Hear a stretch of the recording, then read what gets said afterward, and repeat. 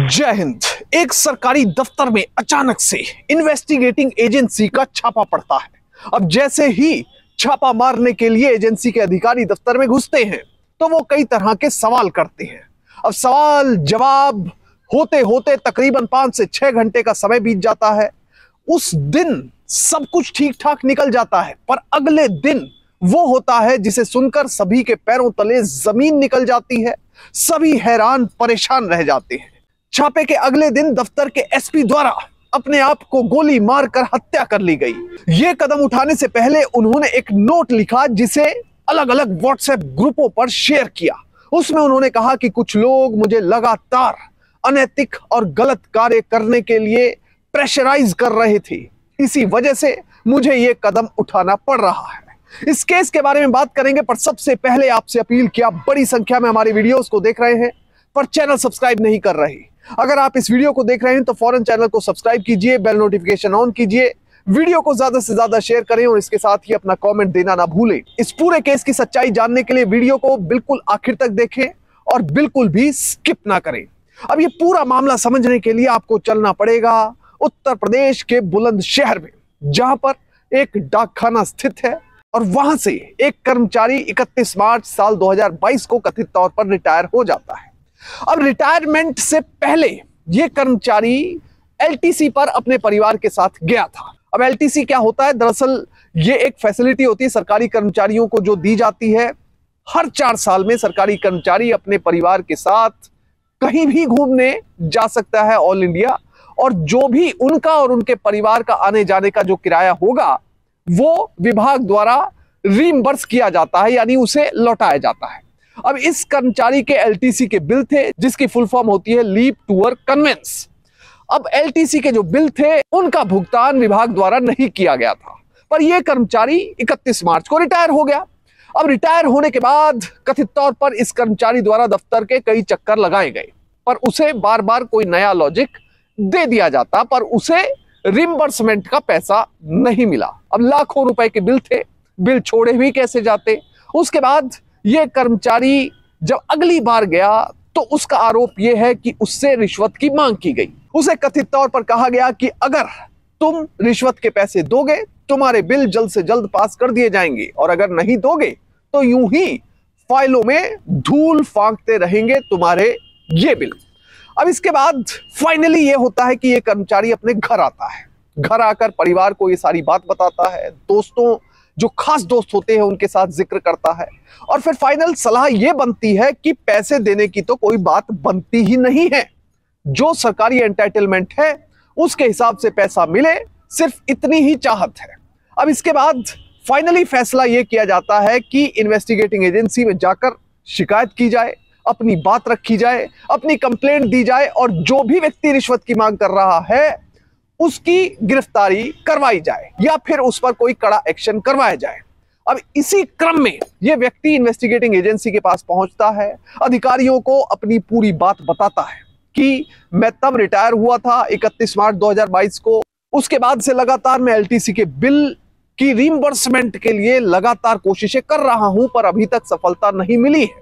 पर मुझसे जब मैं इस बार गया तो रिश्वत की मांग भी कथित तौर पर की गई। अब फिर फाइनली होता यह है कि इन्वेस्टिगेटिंग एजेंसी द्वारा दिन तय किया जाता है जिस दिन इस दफ्तर में जाकर छापेमारी की जाती है। 20 अगस्त दिन मंगलवार को इन्वेस्टिगेटिंग एजेंसी के अधिकारी और कर्मचारी वहां पर छापा मारने के लिए इस डाकघर में पहुंच जाते हैं। वहां पर कई तरह के सवाल किए जाते हैं और कई तरह का रिकॉर्ड मंगवाया जाता है। सबसे पहले साल 2016 से लेकर अब तक के वर्तमान तक के कर्मचारियों के रिकॉर्ड मंगवाए जाते हैं, उन्हें एनालाइज किया जाता है, खंगाला जाता है। इसके साथ ही दूसरे नंबर पर गबन के पैसे के गबन के आरोप लगे थे, उन्हें उनकी फाइलों को भी ध्यान से इन्वेस्टिगेटिंग एजेंसी के अधिकारी और कर्मचारी देखते हैं। इसके साथ ही तीसरी और जो सबसे अहम बात होती है वो एक डाककर्मी सतीश से जुड़ी हुई होती है, जो आरोप लगाता है कि जो इस डिपार्टमेंट का, इस विभाग का यहां पर अधीक्षक है, उसने निर्धारित से ज्यादा गांव में डाक का वितरण करवाया है। अब ये वितरण ज्यादा हुआ है इसलिए पैसे भी एक्स्ट्रा आए हैं, और अतिरिक्त भुगतान की जो धनराशि है उसका आधा हिस्सा रिश्वत के तौर पर, कथित तौर पर उनकी ओर से मांगा जा रहा है। इसे लेकर भी इन्वेस्टिगेटिंग एजेंसी को शिकायत की गई। अब इस बारे में सीनियर अफसरों को भी इस व्यक्ति ने, सतीश ने, अवगत कराया और इसके साथ ही इन्वेस्टिगेटिंग एजेंसी को सतीश ने भी अपनी शिकायत दे दी। यानी कि कुल मिलाकर अधिकारियों के पास, जो पुलिस के अधिकारी थे, उनके पास कई तरह की शिकायतें थी। उन्हें लेकर ही ये डाक विभाग के दफ्तर में पहुंचे थे। अब आया नंबर डाक अधीक्षक टीपी सिंह से बातचीत करने का। उनसे भी कई तरह के सवाल जवाब किए गए। रिपोर्टेड फैक्ट्स के मुताबिक सुबह तकरीबन 11 बजे इन्वेस्टिगेटिंग एजेंसी के अधिकारी दफ्तर में पहुंचे और उसके बाद 4 बजे तक पूछताछ का, कागजों को खंगालने का सिलसिला चलता रहा। 5 घंटे की इस पूछताछ के बाद इन्वेस्टिगेटिंग एजेंसी के अधिकारी तो वापस चले गए, पर इसके बाद जो कुछ हुआ उसे सुनकर और देखकर सभी के पैरों तले जमीन निकल गई। अब जैसे ही यह दिन निकला, उस दिन रिपोर्टेड फैक्ट्स के मुताबिक जो डाकघर के अधीक्षक थी, सुपरिटेंडेंट ऑफ पोस्ट, वो अपने दफ्तर से उठते हैं और वो अपने लोकल रेजिडेंशियल कॉम्प्लेक्स में ना जाकर अलीगढ़ में अपने घर पर चले जाते हैं। और अगले दिन यानी बुधवार सुबह 7:41 पर अचानक से एक मैसेज व्हाट्सएप के ग्रुप पर सभी को मिलता है।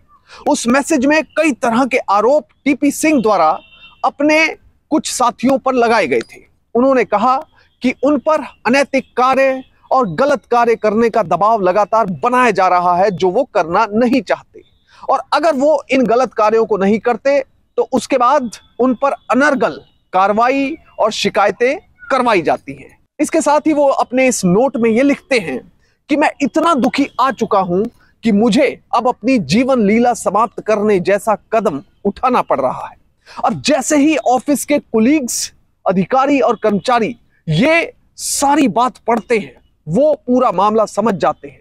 फौरन तभी रिपोर्टेड फैक्ट्स के मुताबिक दफ्तर के कुछ कर्मचारी वहां पर बुलंदशहर में सूर्यनगर स्थित अपने अधिकारी के आवास पर पहुंचते हैं। वहां पर जाकर दरवाजा खटखटाने ही लगते हैं, तभी उनकी नजर सामने लगे हुए ताले पर जाती है, यानी कि घर पर कोई मौजूद नहीं है और ताला लगा हुआ है। अब इसके बाद वो सीधा पता करते हैं कि टीपी सिंह कहां गए हो सकते हैं। उनके अलीगढ़ स्थित आवास पर संपर्क किया जाता है तो पता चलता है कि वो वहीं पर गए हुए हैं। सीधा रिपोर्टेड फैक्ट्स के मुताबिक कुछ कर्मचारी अलीगढ़ के लिए निकल पड़ते हैं। अब दूसरी जगह है अलीगढ़, जहां पर इस अधिकारी का घर है, निवास स्थान है, जहां पर ये आया हुआ है। पत्नी टीचर के तौर पर कार्य करती हैं और वो सुबह अपने स्कूल का जो निश्चित समय है, उस समय पर स्कूल के लिए निकल चुकी हैं, बच्चों को पढ़ाने के लिए निकल चुकी हैं। अब टीपी सिंह कथित तौर पर घर पर अकेले हैं और दूसरी तरफ से उनके दफ्तर के कर्मचारी बुलंदशहर से अलीगढ़ के लिए निकल चुके हैं, वो रास्ते में हैं। तभी अचानक से उनके घर से गोलियां चलने की आवाज आती है। अब जैसे ही घर में गोली चलने की आवाज आती है तो पड़ोसी और जान पहचान वाले लोग भी सतर्क हो जाते हैं। पुलिस को संपर्क किया जाता है, पुलिस आती है और बताया जाता है कि इस अधिकारी द्वारा खुद को गोली मारकर आत्महत्या जैसा कदम उठा लिया गया है। अब जिस व्यक्ति को ये बात पता चलती है वो हैरान परेशान रह जाता है कि आखिर इस सीनियर अधिकारी द्वारा ये कदम क्यों उठाया गया, और इसके साथ ही जो विभाग है उसमें भी हड़कंप मच जाता है। अब इस पूरे मामले से हमें सीख क्या मिलती है? हमें सीख ये मिलती है कि कभी भी जीवन में कोई ऐसा अनैतिक कार्य ना करें जिस वजह से आपको कभी भी पछताना पड़े या फिर किसी भी इन्वेस्टिगेटिंग एजेंसी से डरना पड़े। वहीं दूसरी तरफ इस पूरे मामले में एक चीज समझना होगा जो कि बहुत इंपॉर्टेंट है, वो है तनाव। रिपोर्टेड फैक्ट्स के मुताबिक जब दफ्तर में इन्वेस्टिगेटिंग एजेंसी का छापा पड़ा, पुलिसकर्मी आए, अधिकारी आए, तो उसके बाद से टीपी सिंह तनाव में चले गए थे। तनाव से मुक्ति के लिए हमेशा आप एक्सरसाइज करें, अपने आप को पॉजिटिव रखें, क्योंकि तनाव भी कई बार ईमानदार लोगों को भी ऐसे मामलों में हो जाता है, क्योंकि उन्हें यह टेंशन हो जाती है कि इन्वेस्टिगेटिंग एजेंसी के सवालों का जवाब कैसे देंगे, क्योंकि कई बार अपने आप को इनोसेंट प्रूव करने के लिए सही कागज समय पर नहीं मिलते या फिर कुछ कागज फाइलों में लगे ही नहीं होते। पर इसके लिए हमेशा पॉजिटिव रहना जरूरी है और तनाव से बचना जरूरी है। इसलिए हमेशा व्यायाम भी करें, पॉजिटिव भी रहें और अपने जो भी पीयर ग्रुप है उससे लगातार बातचीत करते रहें, जिससे कि आपके जीवन में कोई कम्युनिकेशन गैप या वैक्यूम कभी भी पैदा ही ना हो पाए और कभी भी ऐसी स्थिति ना बने कि आपको कोई गलत कदम उठाना पड़े। जय हिंद।